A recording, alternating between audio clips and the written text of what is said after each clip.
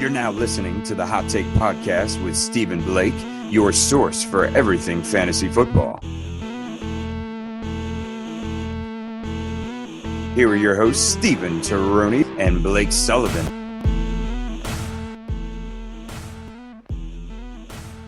Welcome in. We are ready to go on the Hot Take Podcast. I am here with Blake Sullivan, as always. What's going on, Blake? Not much, man. 2 weeks away. 2 weeks away from Vegas. Oh, man, I'm getting pumped, ready for that high-stakes draft. I'm going to be doing a ton of drafts, let me tell you, these next 2 weeks, trying to get prepared, but I don't know if anything's going to prepare me for the nerves I'm going to have in that room. And all those guys are – well, not all of them, but a lot of them are really expertise. Yeah. Guys, that they're going to come out and they're going to have their best – and I don't know how I'm going to react. They're going to be taking some crazy names, I bet, once you get into like the 8th, 9th round. For sure. No, and I think, well, and let's set the stage here, for this episode today, we're going to be talking some busts. We're going to get into who we feel you really shouldn't be drafting at their ADP. That doesn't mean we hate the player. That doesn't mean you shouldn't draft him relative to the situation in your draft. Every situation's different. So we're going to talk about busts today. Our guy, Xavier Warner, is on the show today to help us sift through some of these busts. What's going on, X? All right, man. Thanks for having me back on, man. I'm excited. We had a good time last time. A lot of fun always talking with you guys. So let's get back and do it again, man. Let's talk about some football.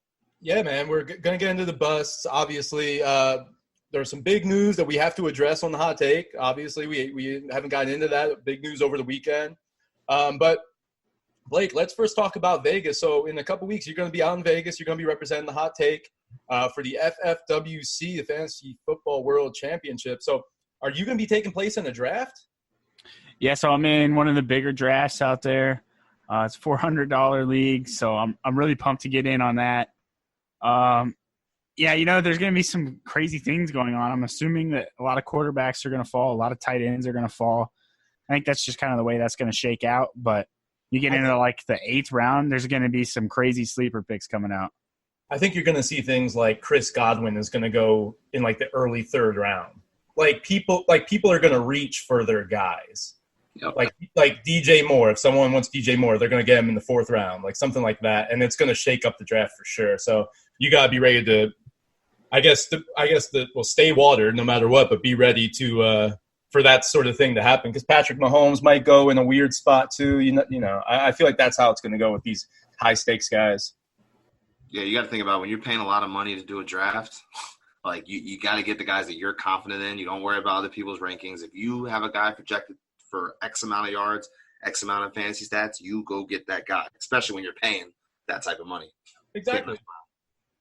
Because the worst thing to do when you're in big money leagues is to have a guy go to somebody else and he pays off and you knew you had him on your board, you should have drafted him. That's the worst thing that could happen, because you kind of were like, no, he might fall to me. That's the worst, because you always play that game, right? Oh, okay, I can get him in the next round. Just get him. Get him, and then you can go from there. So let's talk about Andrew Luck. 29 years old, $97 million man is gone. He's retired from the NFL. One of the greats, honestly, the Colts were blessed to have 19 years of Hall of Fame caliber quarterback play, from Peyton Manning to Andrew Luck. And let's just talk about the fantasy outlook for the Colts right now. So we got Jacoby Brissett, and we got him, he's got T.Y. Hilton, he's got Marlon Mack. So X, who loses the most value here? Let's not even get into Jacoby right now. We'll talk about him. But who loses the most value of the weapons? So I'm going to kind of take a contrarian approach to this. I could obviously say Marlon Mack or T.Y. Hilton, but I'm not going to go with either of those two. I'm going to go with Nyheim Hines. And I know he's going to be, a 3rd down guy, a receiving guy. But the Colts have come out and said they want Marlon Mack to be a 3-down back. But Nyheim Hines is going to be in the mix. But I think with Andrew Luck, that offense is so much better that it allows Nyheim Hines to get some perceived value to add into his ability. He might catch, 5 or 6 touchdowns with Andrew Luck. Now, with Brissett, now they slow the game down. Now Marlon Mack starts rushing the ball a little bit more. They're a little bit more conservative in their approach. So that may allow Nyheim Hines to kind of sink down, not in the depth chart, but in the fantasy world where he, could have been a flex replacement if you needed him, a week in and week out. You could have played him in DFS a couple times if you needed a good value, but I don't think that that's an option for him anymore. Blake, same question to you. Who do you think takes the biggest hit in fantasy value without Andrew Luck? Yeah, I mean, I think I'm going to take the obvious one, and I'm going to say T.Y. Hilton. At the end of the day, I really don't think Jacoby Brissett's going to be all that bad. But if you've got one guy, for me, it's going to be T.Y. Hilton because he has 16 yards per reception as his average for his career. So obviously he's a guy that's getting a lot of deep balls. I'm going to be a little bit more worried about the accuracy of Jacoby Brissett's throws than I was with Andrew Luck, who I was pretty confident could throw it down the field. Besides last year when I was, a little nervous with him coming off the shoulder injury. But he's going to have Marlon Mack and Eric Ebron for those check down type throws. I'm more worried about the one-on-one burner type plays on the outside where, T.Y. Hilton might have to have a lot more separation, or just in general have a more accurate throw from Jacoby Brissett. And I feel like he's going to miss out on some of those opportunities, and it could hurt his value some going down the stretch. So T.Y. was wide receiver 27 in 16 games with Jacoby in 2017. He almost hit 1,000 yards. Touchdowns were limited, obviously, and he had 109 targets, right? Mm-hmm. So we're kind of seeing that baked into his ADP right now. He's a 5th-round pick right now, guys. So I'm okay with T.Y. Hilton in the 5th round. Like, I'm probably not going to draft him, to be honest with you. There's Chris Godwin. There's a bunch of people. If they're there, I would probably get Tyler Boyd. I would get over T.Y. Hilton right now. So Hilton's fallen almost 2 full rounds since this news broke. Unreal. Yeah, he was getting drafted about the 306, and now he's going in the early 5th round. So you're looking at almost 2 full rounds, and I think he offers you a ton of value, in a half-point or full-point PPR. I still like it, but I think I'd even like him more in my standard-type leagues where, I think you're going to see the receptions fall some. In that year with Brissett, he only had 57 receptions, which was his 2nd lowest ever. Like last year he had 76. That's 20 reception loss, and he only played 14 games last year versus 16. So – but, the yards were still fine. I mean, he was right around 1,000 yards, so he still had decent. He gets them in chunks, in that right. year. I think it was 4 games that he had that you really wanted to start him, and everything else was just kind of and that's just how it's going to be. I mean, Jacoby isn't going to be able to keep him consistent, so you're not going to want to play him every week. Unfortunately, is how I'm looking at it. I think the biggest hit is Marlon Mack. So you guys had Hines and then T.Y. I think it's Marlon Mack because Marlon Mack did his best work last year when the Colts were up. And he was the kind of running back that really can succeed with an Andrew Luck-led offense. So I'm looking at that like, at the end, 4th quarter, they're up. You want Marlon Mack on your team. That's just not going to happen as much this year. And to that point, X, I kind of disagree that potentially there's actually a little bit of upside here for Hines. Assuming that they'll be down in games more often than they would be, maybe there's more room for Hines to be on the field and be used as a pass catcher if they're down 2 touchdowns. Yeah. So I should have prefaced this. The reason why I said that, I just did my AFC projections for like record wise, like over unders, and I actually have the Colts projected at a 10-6 record this season fighting with the Texans. So for me personally, I think that Nyheim Hines goes down because I think they're going to slow down the game. I think that Marlon Mack's going to pound the rock, and they're not going to need Nyheim Hines as much as with Andrew Luck, where you can spread it out. You can run different stuff. You can have Luck kind of just do what he does. I think Brissett's going to have them focusing on the game in a different way, but I still think they're going to be successful. So I think that they're not going to be down in as many games as people think. I think they're going to be competitive, and I think they're going to be fine. If we look at 2017, I mean, Brissett got there, 2 weeks before the season started or something like that. So he didn't have a lot of time to really gauge the offense and learn the offense. Now he has, almost a year and a half worth of knowledge, worth of reps that he can now put into effect. So I think he can be a productive quarterback. I just think for the game plan wise, Nyheim Hines isn't going to be as effective as maybe Marlon Mack or, as other people think he would. So I agree with you in that concept that they're down. Yes, Nyheim Hines will have a lot more ability, but I think that they're going to be, winning more games than people think. Yeah, it's a good point, X, because I really do think that the Colts are going to be all right because they do have a great offensive line. Their defense is better than people think. So as long as they work around that and slow the game down, like you're saying, they don't want to, pass the ball around like they would with the Andrew Luck-led offense, obviously. So, yeah, that's a good take. And, the division isn't that great. Nope. I mean, we don't really know what to expect with this Jags offense. I mean, the Titans, I don't know. The Texans are the real one, but, then, of course, they just lost their running back, too. So there's questions there. And then they're not going to have Clowney start the year. So, really, the Colts could surprise some people and actually compete for that division when you think about it like that. But are you guys looking at Jacoby at all in redraft leagues, anything like that?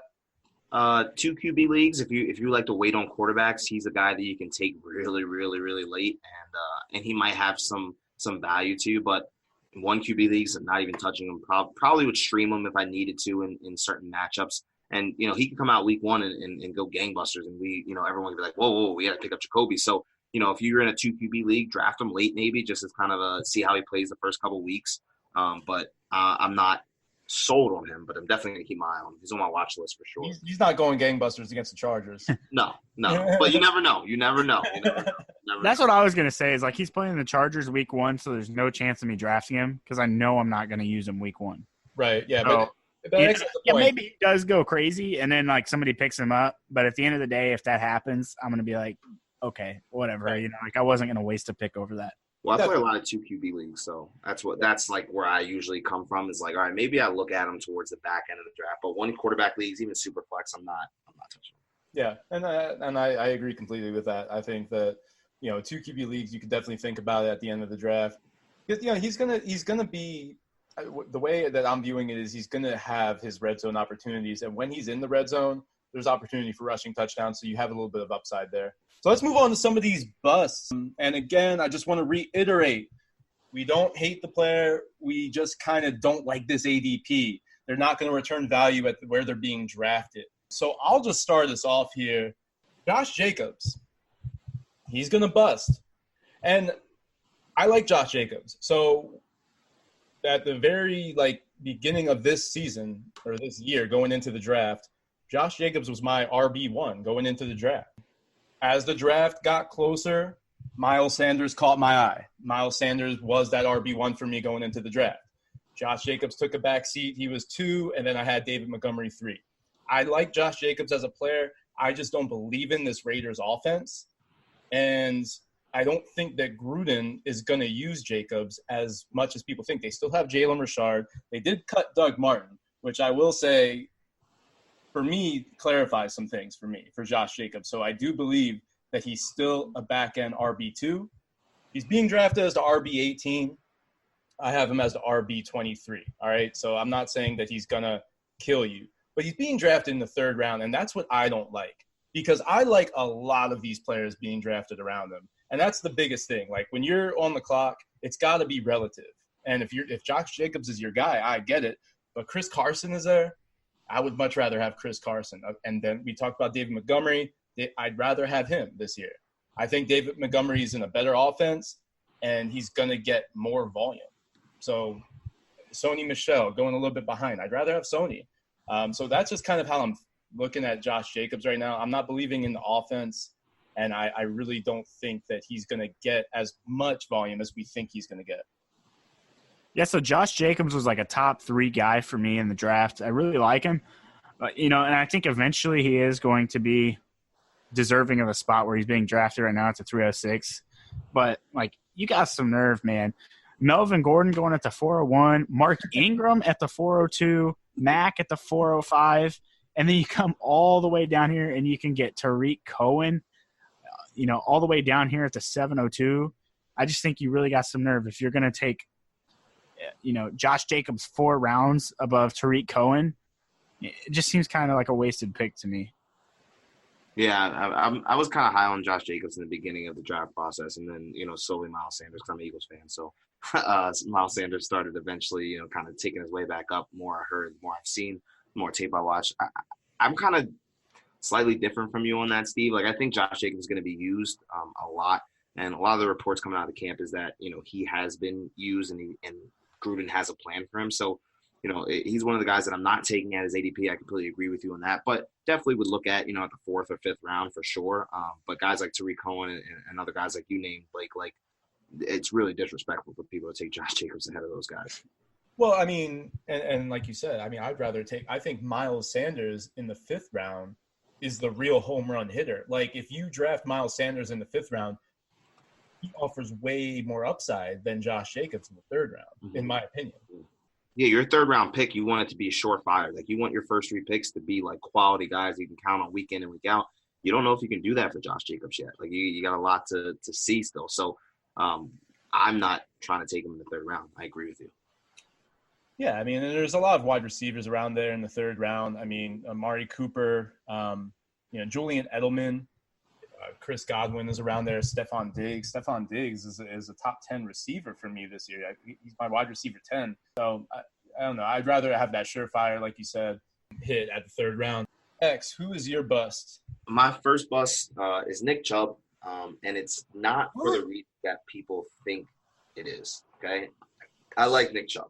Okay, but in order for me to want, right now his ADP is around like 201. Like the top end of the 2nd round, middle to top end of the 2nd round. And at that spot, there's so many receivers, there's so many running backs that are going to provide you with clear-cut advantage. I don't think Nick Chubb is going to be as consistent out of the backfield receiving the ball as many people think. And in order to be in that top tier, you have to catch the ball at the backfield, something we talked about earlier. I just think with Odell, Jarvis Landry, who is both those guys are target machines, and Baker is going to feed them. Then you mix in David Njoku. You mix in guys like Rashard Higgins, who's having a really good camp, and they really seem to like him out of Cleveland. I don't know if there's going to be enough opportunity out of the backfield to really push him to that level. I think he's going to be a really, really solid low-end RB1, high-end RB2, but I just think there's a lot more better options that I want to have at that spot, personally. So who are you taking over Nick Chubb around there? There's guys there's anybody. Julio, there's Michael Thomas that falls there sometimes. There's Tyreek. There's there's so many people that if I see Julio, Michael Thomas, Nick Chubb, and Tyreek Hill in that area, Nick Chubb is the last person I'm looking at, to be honest. Even if I want to go double running back, even if I'm looking there's just so much more upside from those 3 guys or the other high receivers that go in the back end of the 1st or early 2nd that I don't really want to take Chubb. If I had picked 104, 105, and he comes back around and I can get him at 208, 209, 207, then I'll definitely consider it. But 201, 202, 203, no shot. Not for me, at least. Yeah, so right now you could take Nick Chubb with the 107, or you could take Odell with the 205. So when you're in the red zone, I mean, I personally would think that Baker would be looking to Odell before giving the ball to Nick Chubb. But, I mean, I could be wrong on that, but I would think that's the guy that you want to be giving the ball to in the end zone. I think that – I don't know. All right, so Nick Chubb is being drafted as the RB8. I have him as my RB8. So, obviously, I think that he's all right around where he's at. It really just depends on how you want to draft because, like you guys are saying, there are great receivers right there. So, you're either taking a Nick Chubb or you're taking a great receiver. That's what I'm thinking around there because I'm probably not taking James Conner. I'm probably taking Nick Chubb over James Conner. That's just how I feel. I know that there is a difference of opinion there.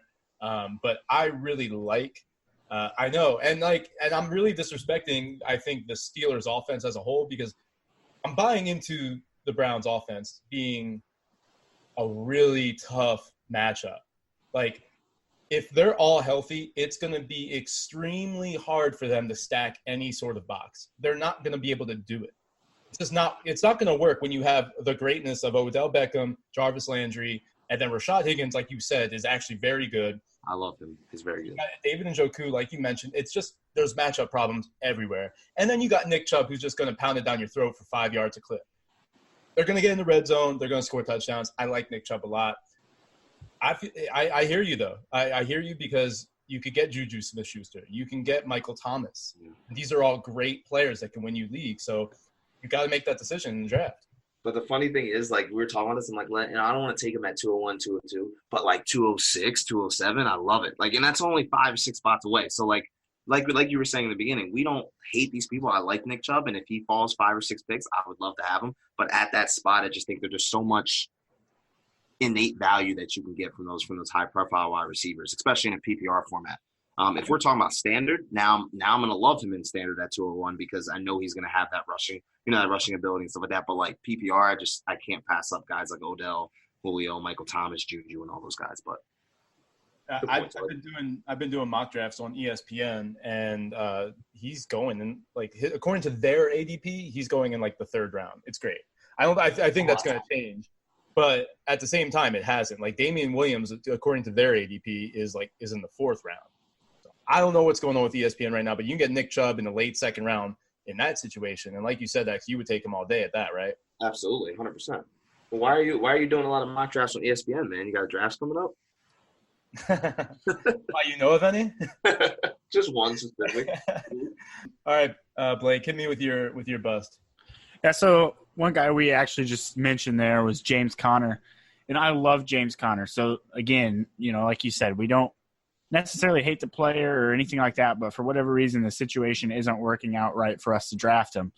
So right now, you could get James Conner at the 107, but there's other guys there, man. Like the 108 is Hopkins, the 110 is Adams. Who those guys are probably going ahead of Conner anyway. In most of your drafts, you're not going to have 7 straight running backs going off the board, most likely. And there's other guys like Julio I would take over him, or even Todd Gurley, in my opinion. And then you got Michael Thomas, Tyreek Hill. So all those guys I'm taking over James Conner. And the thing for me is last season he had 12 rushing touchdowns, right? So I see him being a candidate for some regression there. And the worst thing for me is, last year you have AB and Juju. So you're getting down the field quite a bit. So that's why those touchdowns were there, is because you're getting in scoring position pretty quickly. Whereas this year, I'm a little bit more worried about that. I don't know how potent their passing offense is going to be. I'm not sold on their defense either. So I think they're going to be down in a lot of games. And I think it's a great game script for Jalen Samuels, who I think can come in and take a lot of that work from James Conner. Maybe they try to keep James Conner, healthy and keep him fresh. Last season was a big workload for him, going from 32 carries to 215. And the one thing about James Conner that I do like is he did have 55 receptions last year for like 500 yards. So, he does provide value as a receiver. But at the end of the day, Jalen Samuels is a better receiver. So if they get in that position, I think they're going to give him the ball more. And I cannot afford to have my 1st-round pick be a bust. Yeah, I mean, when there's every year someone busts in the 1st round. So who's it going to be? And you're planting your flag and you're saying that James Conner is going to return that value, and I completely respect that.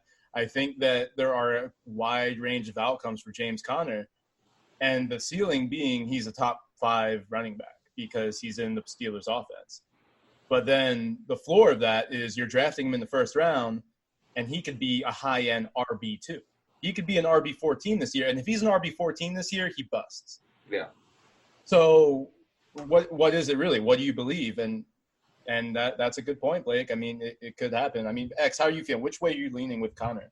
I'm kind of I'm on the same side as Blake. So do I want him in the 1st round? Probably not, just because there's so many moving parts in that offense. There's so many questions up in the air. You don't know what's going to happen. But again, if he fell to where Nick Chubb is going, 201, 202, 203, if I can stack a Michael Thomas or Odell or, somebody in that, good wide receiver or, Le'Veon Bell or something like that, and then pick him up in the 2nd round, that's something I'm definitely in the market for, because now I have a guy with my 1st-round pick that I know is going to produce, and I take a guy in the 2nd round that is going to produce, but also has the upside to be a top 5 running back. So I'm Blake, I'm with you on that. So, but I do like James Conner more than most, but I'm completely with your argument and definitely understand that. It kind of feels like if you're in the top 5 picks this year, you're probably going running back. If you're in the back half, you're going receiver. Yeah, for the most part. Yeah, absolutely. It seems that way because once you get to 7 or 8, DeAndre Hopkins is there. He's most people's wide receiver 1. It just makes a lot of sense to get him or Devontae Adams, somebody like that. And when I go receiver in the 1st round, man, doubling up on a Devontae Adams and an Odell Beckham, I mean, that's just money in the bank. So yep. you can't do that when you get somebody like Connor or even Le'Veon Bell. All of these guys are going to be fine in fantasy. It's just going to be tough based on you winning your league. Based on this draft. Obviously, things change. There's moving parts throughout the season, but you got to look at this draft as a nice base. You really want to stack up the most talented upside that you can, along with a combination of a safe floor. So I do like James Conner, but I'm with you, Blake. I hear what you're saying. Now, if Melvin Gordon does start and play week 1, like it's looking like it's going to happen now, it looks like he's going to be with the team. He's at the 401 right now. So instead of getting James Conner, you could come down 2 rounds, probably pick him up in the 3rd, and you're going to get a guy that's typically at the same ADP as James Conner, but 2 rounds later. Yeah, I mean, we don't know if Melvin Gordon's playing and we find that out and he's still going in the 3rd round, oh boy. Big issues with that. There's someone that's definitely going to win that league easily. Because then you're getting guys like you're getting Le'Veon, Le'Veon, Zeke, whoever, and then you're getting another guy, and then you're getting another guy, and then you're getting Melvin Gordon, who could finish better than all those guys, hypothetically. That's kind of a preemptive situation. Right now, it's looking like he's coming back. But yeah, obviously, once the news breaks, he's going to return to being like a top 2nd round, late 1st. Did you notice that flip that? We were thinking that Zeke was definitely going to play, and now it's kind of flipped in this past couple of days. Yep. I think they're both playing. I think we just worry too much. All right. I like that. All right. I'm a little reluctant for this bust. I mean, this is one of my favorite receivers in the league. Like, believe it or not, like the kind of catches this guy makes, the 50-50 balls, some of the touchdowns we've seen. I love Kenny Golladay. But I'm not drafting him at the 411 this year. It just makes way too much sense to me to wait and draft Marvin Jones, who I think is going to have a comparable season as long as both guys are healthy. I'm not seeing the separation from Golladay from Marvin Jones right now as that much to justify it. Last year, Marvin Jones was pretty inconsistent. The offense as a whole was inconsistent. But Jones was also hurt. Kenny Golladay had the offense to himself. He ended up getting 70 catches, 1,000 yards. He was the wide receiver 21 overall in PPR scoring. And now he's being drafted as the wide receiver 19. So, look, I'm not saying that he's going to be outside of a flex play every week. You're going to be able to play him. You can draft Kenny Golladay. I'm just not drafting him as ADP. I don't think that he's going to finish as high as that back end wide receiver 2, even though that's a safe projection for him. I think he might be a little bit outside that wide receiver 2 range this year. And then Marvin Jones is going to be around that wide receiver 3 play. So you might as well just wait and get that really nice value on Marvin Jones is the way I'm seeing it. And that's my sole reason for not drafting Kenny Golladay right now at that ADP. Yeah, I mean, Kenny Golladay is a great player, and he had a great season last year. And I think he still has a little bit of room on top to improve. But the amount of ceiling that he has left just doesn't offer enough value to me because you could go at the 408, you got Chris Godwin, the 409, Tyler Lockett, and at the 501, Cooper Kupp. Right. So I think for me personally, I'm willing to pay up just a little bit more. And you might have 2 or 3 of those guys available when you're making this selection. So I'm not too worried about it. I'm probably going to take one of those guys ahead of Kenny Golladay just because I feel like their floor is all similar with all those guys. Well, but the ceiling with Cooper Kupp or Chris Godwin is just through the roof. Even guys a little bit later, like Jarvis Landry in a PPR scoring format, I'd rather AJ Green. AJ Green, if you want to take the risk and just wait, 4 weeks or 5 weeks, whatever it's going to be. Josh Gordon, another guy like Josh Gordon and Kenny Golladay, you can look at as kind of similar players outside, big bodies. But the difference is, I would say Josh Gordon is better. And I would also say that Tom Brady is better than Matthew Stafford. And I want that offense more than the Detroit Lions. So I can't justify getting somebody like Kenny Golladay when I can get Josh Gordon. It looks like Josh Gordon is going to play and be ready. I mean, you can say, okay, well, I really don't want to risk playing that game with Josh Gordon. That's fine. Scared money don't make money, and I'd rather have Josh Gordon. So X, how are you looking at it? I mean, it's hard for me to say that Kenny Galladay is a bust, but I mean, when I'm looking at it, I'm just not drafting him a lot right now. Yeah, I feel like every time we talk about this, I always want to preface, we like these guys. We just don't like where we're drafting them. But, like, I know we said at the beginning of the show, but, like, it's so important because I love Kenny Galladay. And a lot of people like Kenny Galladay because of the type of athlete he is, the type of catches we've seen him make consistently throughout his young career. But, I mean, when you look at the guys going next to him, like, you can't be in love with Kenny Galladay there. I mean, like you guys said, you got Cooper Kupp.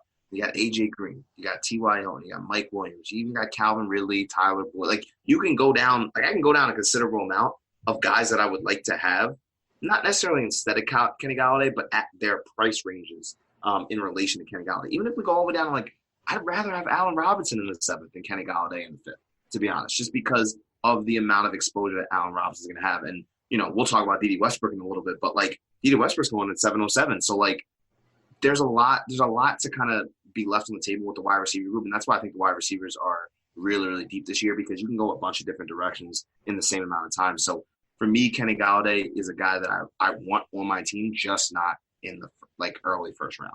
Yeah, I mean, so around his ADP, like you were talking about Cooper Kupp, right? Let's talk about Cooper Kupp because I'm looking at the Rams, and man, of course I want one of those wide receivers over a Detroit Lions wide receiver right now. No matter. I think the misconception is you're thinking you want whoever's drafting Kenny Galladay, you want that wide receiver 1, and you're looking at Cooper Kupp is like, he's not the wide receiver 1 on his team. But that's not the way to look at it. You have to look at the situation. You have to look at the context of the offense. And right now, what the Lions are doing is they want to be a run-first team. And it's not just about them wanting to be a run-first team. It's also about what they have around them. And they have Marvin Jones, who is just as reliable, same type of player, and there's no reason why Stafford would pepper Galladay with targets and not hit Marvin Jones on the outside. You know, they also brought in Danny Amendola. You can't worry too much about Danny Amendola, but still, he's going to be in the slot, and Matthew Stafford likes to use that. We've seen a little bit of chemistry with T.J. Hawkinson, so Kerryon Johnson is going to get an increased target share. There's a lot to go around, actually, there in a limited passing attempts sort of offense. Yeah, like we just said about Cooper Kupp, I mean, if we look at the Rams offense, I mean, I don't love Jared Goff, but, like, he did kind of, like, low-key support 3 wide receivers last year. So it's not like, we're looking at Kenny Galladay, like, all right, I want the wide receiver 1 as opposed to, a wide receiver 2 or 3 on his team. But, like, Cooper Kupp, before he got hurt, was, like, very, very good. So, looking at it from that angle, like, yeah, Cooper Kupp. He was number 2 overall. Yeah, like, you're looking at Cooper Kupp, like, all right, he's, one of 3 wide receivers on his team that could be dominant any other week or could, get X amount of yards or X amount of value. But that system is so good for those wide receivers, especially with Gurley, and Gurley can do what he did last year, obviously in an albeit limited role because they're going to push back his carries a little bit. But I would love to have Cooper Kupp over Kenny Galladay at that spot. Love it. So, Xavier, who is your bust? Oh, my second bust is Derrick Henry. He's going around like mid to the back end of the 4th round. Currently,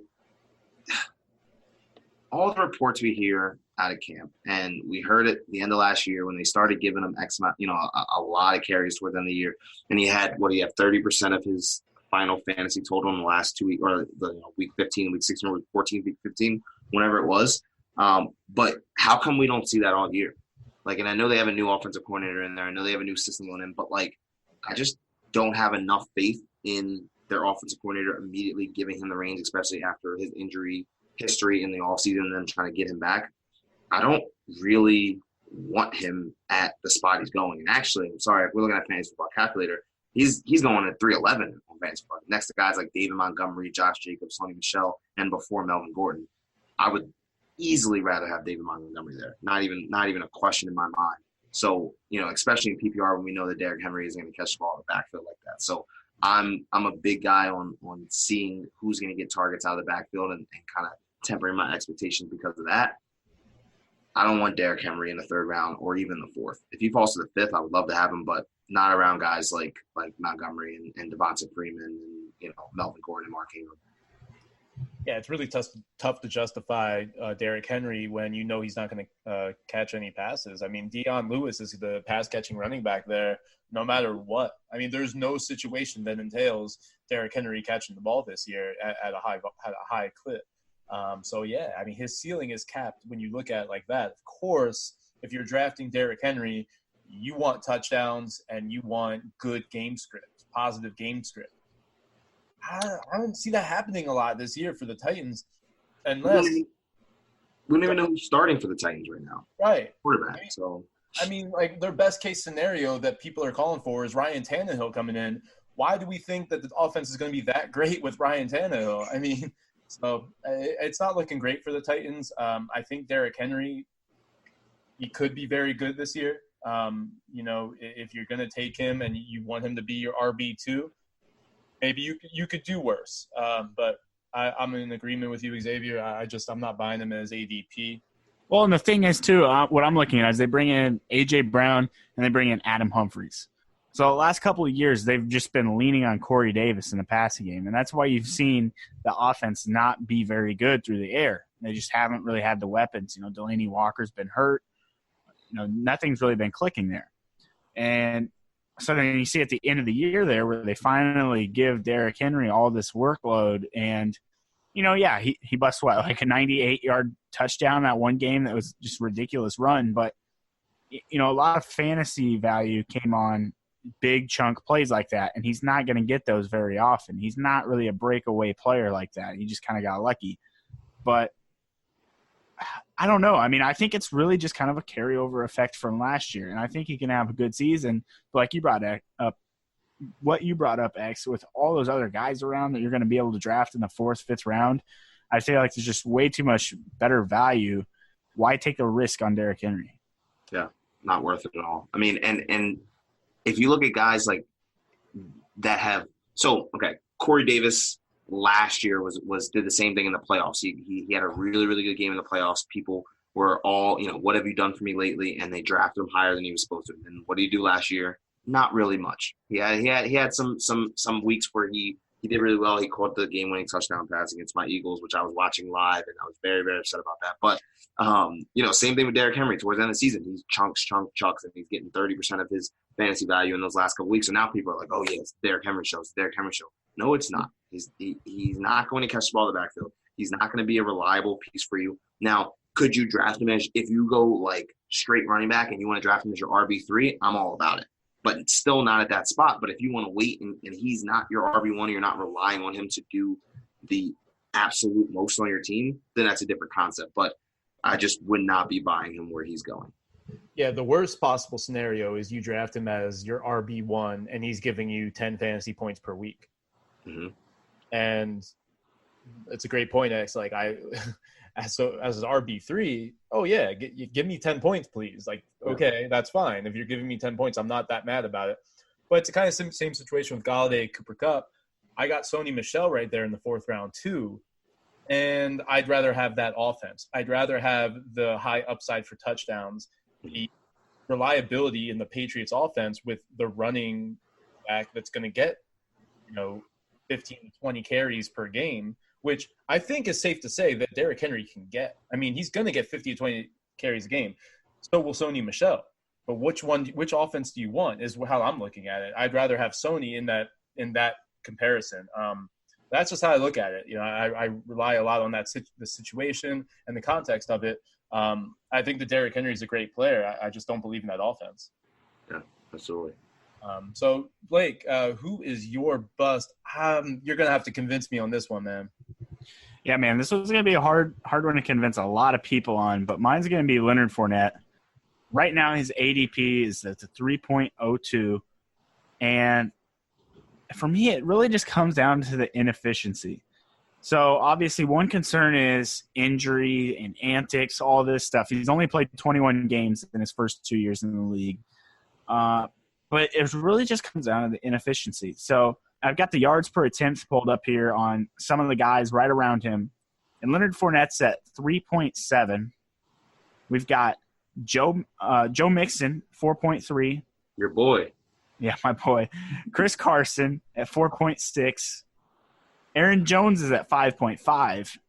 Devontae Freeman's also up there.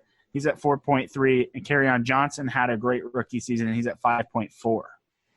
So, Leonard Fournette's really going to have to get a lot of volume. And he did get that volume. He had 268 rushes in his rookie year. Obviously, he had Blake Bortles, so more of a run-oriented type scheme in the first place. Now you bring in Nick Foles. They're going to be wanting to pass the ball a lot more. They've got a decent receiving core down there. I think they're just going to try to dink and dunk their way down the field. I don't really think that they're going to have to use Leonard Fournette. And the thing was, everybody's like, oh, yeah, that was sweet. He had a 1,000-yard season and 9 touchdowns in his rookie year. But the problem was it took him 268 carries to get there. It's not sustainable, You're not going to have a guy that's, and that was in 13 games. So you're talking about a guy who's potentially putting up 300 carries in a season if he plays every single game. And if it takes that to get you to 1,000 yards, I'm really concerned because if you miss 1 or 2 weeks, that's going to be a big portion of your production. So, it's just too much risk for me right now. It's a 302. There's other guys around him that I'm going to be taking. I think you convinced me, man. I'm not going to lie. Now, I will say this, too. I will add in this. If you are in a standard league, I'm fine with taking him because he still has the touchdown upside. But in PPR formats, there's so many other guys. Like we talked about Joe Mixon. Chris Carson's going to get more this year. And then Kerryon Johnson, obviously. Those 3 guys are going to have such higher PPR upside. Whereas in a standard league, there's not as much difference. But there's no way I'm touching Leonard Fournette in the 3rd round in the PPR league. How are you feeling, X? You didn't need to convince me much. I was already on your side. I'm not a big Fournette guy, especially in PPR. So I have the same feeling to him like I have Derrick Henry, but less. Like I like Fournette more than I like Derrick Henry, but they're in the same boat as me. Leonard Fournette's from history is not going to catch a lot of balls out of the backfield. So I'm trying to stay away from players that do that. But in a standard league, love them. Touchdown upside is there. Half PPR. Don't like them at the end of the 2nd round, early 3rd. Yeah, definitely the ceiling is capped for Fournette in the passing game. You're hoping for touchdowns, again, just kind of like Derrick Henry, kind of similar in that way. But, last year in 8 games, guys, he had 22 catches on 26 targets. So if you extrapolate that, he's getting 44 catches. I'm okay with 44 catches from Leonard Fournette. Are you in the 3rd round, the beginning of the 3rd, back end of the 2nd? Yeah, because he's going to give you 1,213 yards rushing if he plays 16 games. Now, I think the biggest concern is him playing 16 games, which it doesn't seem likely because he hasn't done it yet. So, you're drafting him in the early 3rd round. I think you're hoping for 14 games. That's your hope. You can't expect at this point for him to play a full season. I'd be okay with 44 catches. I think, to Blake's point, they're actually going to pass the ball a little bit more this year. They brought in a passing regime. They brought in a better quarterback in Nick Foles. So they might pass a little bit more, and that's going to benefit your boy Dede, who we'll get to in a little bit. But it could benefit Fournette. TJ Yeldon is gone. It's not like they have a lot of options in the running back position as far as the passing game. I'm just saying, yeah, he's not going to get 55 catches, but he could get 45. And if he gets 45, I think that's all right. But you're kind of hoping for that because if he doesn't do that for you in a PPR league, yeah, he might be a bust candidate in that 3rd round. I'm okay with him being a bust. I think it's a risky pick in early 3rd round when there's a lot of talent still on the board.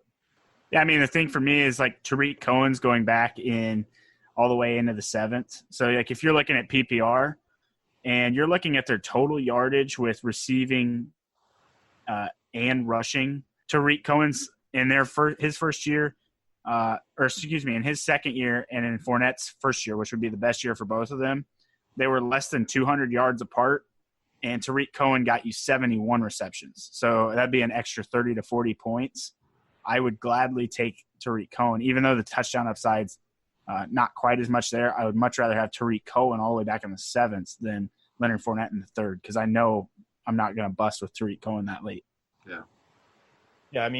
Yeah, one more thing on Fournette in this passing game, that year that you're talking about, the rookie year, 48 targets, 36 catches, 300 yards. So You obviously want a lot more from your running back than 36 catches, right, X? Yeah, personally. But like I'm not mad at anyone trying to use, like, I understand both sides of it because he is going to be a focal point of that offense. So while I want more catches from a running back, from my personal opinion drafting, everybody's strategy is different. So if you see some value in his ability, go draft him. I'm with it. Yeah, I mean, he's a bruiser. Like, he's gonna get his touches, but I just feel limited with him, I guess. Yeah, I mean, it's a PPR format, and you got Leonard Fournette, Kerryon Johnson, Devontae Freeman, all lumped in right around there. Freeman and Kerryon Johnson seem like the obvious choices because of the reception upside right now. All right, Blake, lead us off, man. Your hot bowl prediction. This is our first hot bowl prediction of the season. X, you're blessed to be on for that. We're going into week 1. Next week, we're going to really just dive into the Bears-Packers matchup. We actually have a beat writer for the Packers, Brian Perez, coming on. We're going to talk to him about that Thursday night slate and a little bit of week 1. But right now, we're going to talk about our hot bowl prediction. Blake, lead us off. Yeah, man, it feels good to be finally doing some hot bowl predictions. This is my favorite part of the show. And I know you're going to love my first one here. I've got Jameis Winston shows out for 4 touchdowns and 350 yards. I think he's absolutely going to light it up against the 49ers in week 1. You're going to see him spread the ball around. I don't think they're going to run a whole lot against the 49ers except for maybe late in the game. But you're going to see Mike Evans and Chris Godwin really have big games. I like that. I love that because I'm doing my week 1 rankings for fanball.com. I got Mike Evans as my wide receiver 1 in the NFC. So I got him finishing over Michael Thomas. And I also have Chris Godwin as my wide receiver 10. So I'm thinking that they're going to show out in that first week against a 49ers defense that isn't, going to be that inspired. So I'm loving that. I'm loving Jameis for that breakout. Everyone's going to fall in love with Jameis after that week 1. I'm sure he'll let you down at some point. Don't get too happy with Jameis. X, loving your bold prediction. Tell us about it. First of all, I love the Jameis pitch, Blake. I'm all about Jameis this year. He's like my QB 8, I think, this year. Like, I'm really, really high on him, so I'm all about that. But my first one, I'm not going to get to the one I really want to get to yet. My first one is Lamar Jackson throws for 300 yards and tallies 4 total touchdowns in week 1. So I specifically said tallies 4 total touchdowns because there are going to be some, I think he goes a perfect split. I think he goes a 2-2 split. I think he might have 2 rushing touchdowns, 2 receiving touchdowns. He's playing against the Miami Dolphins. They're not a good team overall. They have a lot of holes on that defense besides their DBs. I mean, Minka Fitzpatrick and Xavier Howard are very, very good. But, unless they make a trade for Clowney, I'm not really too concerned about them. Actually, the middle linebacker is pretty good as well. But Lamar is going to take a step forward as a passer, in my opinion. He's going to be able to move the ball down the field, which means Mark Andrews is going to be a big piece of that offense. And he's still going to have that rushing upside. So I'm on the train for Lamar Jackson. QB1, week 1, 300 yards, 4 touchdowns. I love that bold prediction. X, is Lamar Jackson the QB1 for you for the season? I think I have him. Hold on, let me bring up I have it right here. He is QB 13 for me right now. Wow. Yeah, I have him really high because I know what he's going to do rushing wise. So that's what puts those quarterbacks up another tier. We saw when Cam Newton, finished, as QB1 that year, like Russell Wilson. You get guys that can rush the ball and can do that stuff, and it's automatically going to extrapolate those numbers and make them rise. So, if he can rush, week 1, if he rushes for 75 yards and 2 touchdowns, plus, 300 yards in the air and 2 more touchdowns, like, he's easy QB1, like, no debate. So if he can temper those stats throughout the year, and obviously he's going to have some up and some down here, I think he's going to be a top 15 quarterback. I will bank on that right now. No debate. I like it. So we got the Monday night matchup. We got the Saints. We got the Texans. It's in New Orleans. Look, I'm still believing in any game that's played in New Orleans is a high-scoring game. I don't care if the Saints are trying to play defense and Breeze is old, whatever you want to say. I think that there's going to be a lot of passing in this game, and I think the number 1 receivers are going to be used a lot.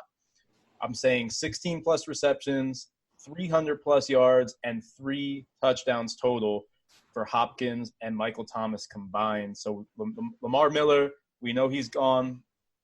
I'm not saying that's going to impact the game that much, but I do think that DeAndre Hopkins is going to get even more of a target share than he normally would.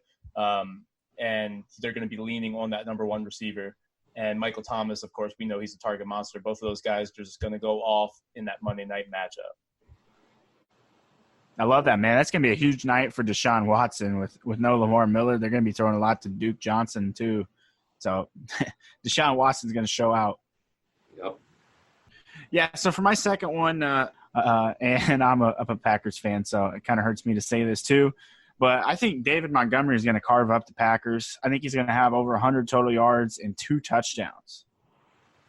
I love it. I love that. I mean, we like David Montgomery on this show, so that's really a win for you, even if he kills your Yeah, I mean, as long as the Packers still win, David Montgomery can get 1,000 yards week 1. I won't be mad, I mean, the Packers defense has made improvements. I will say that they're a little bit more well-rounded this year, so I think it's going to be harder for teams to just pick them apart like they have in the past, where it's like, oh, yeah, we're just going to run at you this game. And then the next game when other people are hurt, oh, well, we'll just throw down the field and you can't do anything against us. But this year I think the Packers are going to be able to be more balanced and, make the quarterbacks think a little bit more, make the other teams kind of slow down and, run the football some more. So I think David Montgomery fits into that kind of scheme a lot better. You're going to see him running early on in downs, and then you'll probably see a lot of Tariq Cohen still, but I think David Montgomery is going to get his own receptions too. So I think I could see him with 1 receiving touchdown and 1 rushing touchdown. Love that. What's your next prediction here? Well, Savi is my co-host on my podcast. He's a big David Montgomery guy, so he's going to absolutely love you saying that, and I agree with him too because I'm a big David Montgomery fan. And the Bears have used the draft capital on him. They have specifically stated they're in love with him. They like everything he's doing. So if this is a week where he can show out, they're going to probably give him a lot of work, which I think they learned from last year when Aaron Rodgers came back and beat them. Maybe they try to pound the rock and keep him off the field a little bit more. That would probably be the smart way to handle Aaron Rodgers, to be honest. This is my favorite one. D.D. Westbrook is going to catch 2 touchdown passes and finish as a wide receiver 1 for week 1. I really, really always like D.D. Westbrook. Blake Bortles was his quarterback. I usually like guys named Blake, but I don't like Blake Bortles, so he's out of the equation now. You get Nick Foles, who's a better passer than him, is a competent quarterback. So I think that could be a week, going against Kansas City where they're going to be playing from behind. They're going to be needing, guys to get yards in chunks. I think he's going – I could see him getting over 100, 125 yards and 2 touchdowns and really putting himself on the map for people. So I'm playing in week 1 in DFS. Already have my lineup submitted. I'm really, really excited about D.D. Westbrook. Oh, yeah, Nick Foles is going to need a wide receiver 1, and I can't think of anybody else other than D.D. Westbrook that fills that role. 100%. Yeah. I mean, the fact that he's being tempered as much as he is in the fantasy community, like people are high on D.D., but his ADP isn't reflective of that. And he's going to have a good year, man. And you're completely right, Blake. Like if Foles is going to have a wide receiver 1, someone's got to step up to that. It's going to be Westbrook. Great matchup against the Chiefs. It's going to be a lot of passing you can project. Yeah, I'm wondering what his ownership is going to be on DraftKings, man. I'm kind of worried about that. I can only imagine. He's cheap, man. You're looking at I see Odell, and Odell's fairly cheap right now. So I can't even imagine how high his ownership's going to be. I think somebody like D.D. Westbrook makes a great pivot where you're moving for a cheaper guy like that, and then if you want to pay up for like a tight end, which I don't usually do, but you could, like if you wanted to pay up for Travis Kelce or something this week. We know that Jalen Ramsey's going to be shadowing Tyreek Hill. They've already talked about that. Could be a huge week for Travis Kelce. He might be the lead receiver, the lead guy that's open for the Chiefs. And that Patrick Mahomes is going to find his guys. Yeah, I like that. I like that a lot, like targeting Kelce against this Jags defense. Absolutely. On FanDuel, D.D. Westbrook is actually going for $5,900 right now, which I think is very, very cheap, and I'm ready to exploit. I was thinking he would be in that 5,500 to 6,000 range, so that makes sense. I'm definitely gonna start DD and DFS. Oh yeah, and if that comes true, you are a Profit X. My last bold prediction here is the Eagles offense. This isn't necessarily it is fantasy relevant because start your Eagles because the Eagles are scoring 50 points in week 1 against the Redskins, who they're the bottom of the league right now as far as I'm concerned. It's like them and the Dolphins as far as the back end teams. It's just not looking good right now for the Redskins, offensively, defensively. They're talking about trading Josh Doctson. That's not going to be a big hit to them. But, I mean, there's just no weapons around when you're looking at offenses in this league that are just stacked. The Redskins are just not. And the Eagles are one of those teams that are going to be able to put up points. Deshaun Jackson in a revenge game. I know he just broke his finger. They're saying he's going to be ready for week 1. He'll be fine. What's up? He'll be fine. I think he got a custom splint made up so he can play. So I think he'll be fine. Yeah. I'm going to be eyeing that for sure because, I mean, I have him highly ranked because we know Deshaun Jackson revenge games are something to keep an eye on. I'm saying the Eagles are going to score 50 points in this game. I'm all about it. I know you are. All about it. I already have D-Jax in some DFS lineups, actually, so I'm loving that. But I'm wondering, with this matchup, would you rather have D-Jax for his points when they get out to get them out ahead, or would you rather go with Miles Sanders or Jordan Howard once they get out ahead, where they might slow down the game?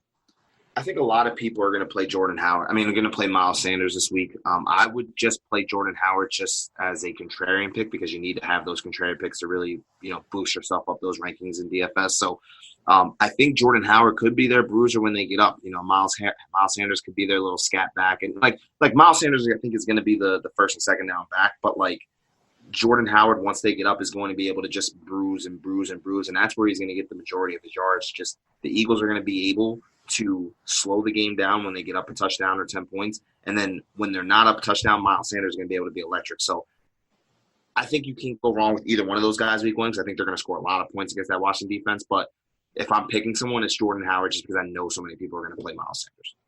Yeah, it's a great call. I mean, no reason not to stack that Eagles offense in a couple lineups and start a few of these guys, especially Carson Wentz, obviously. Blake loves to stack, man. Blake's always stacking. Always, man. That's the only way to win. Most definitely. All right, X, thanks for coming on the show, man. We're going to close out. I want you to just tell the folks where they can find you on Twitter and then what you got coming out for them. Yeah, at Xavier J. Warner on Twitter. My podcast is at Top Shelf DFF. The summer's been really, really busy. I coach 3 travel baseball teams, so I'm traveling every weekend, going to tournaments. So I don't really have time, but now I'm done. I have a lot of time, so I'll be having my over-unders just came out for AFC, coming out for the NFC probably over the weekend. Then I'll have, I'll be posting week 1 rankings for each position on my website as well as prop plays. And, I'll be coming on and helping Blake out as well on his website, posting some stuff throughout the season from part-time. So, you guys can find me, anything on Twitter.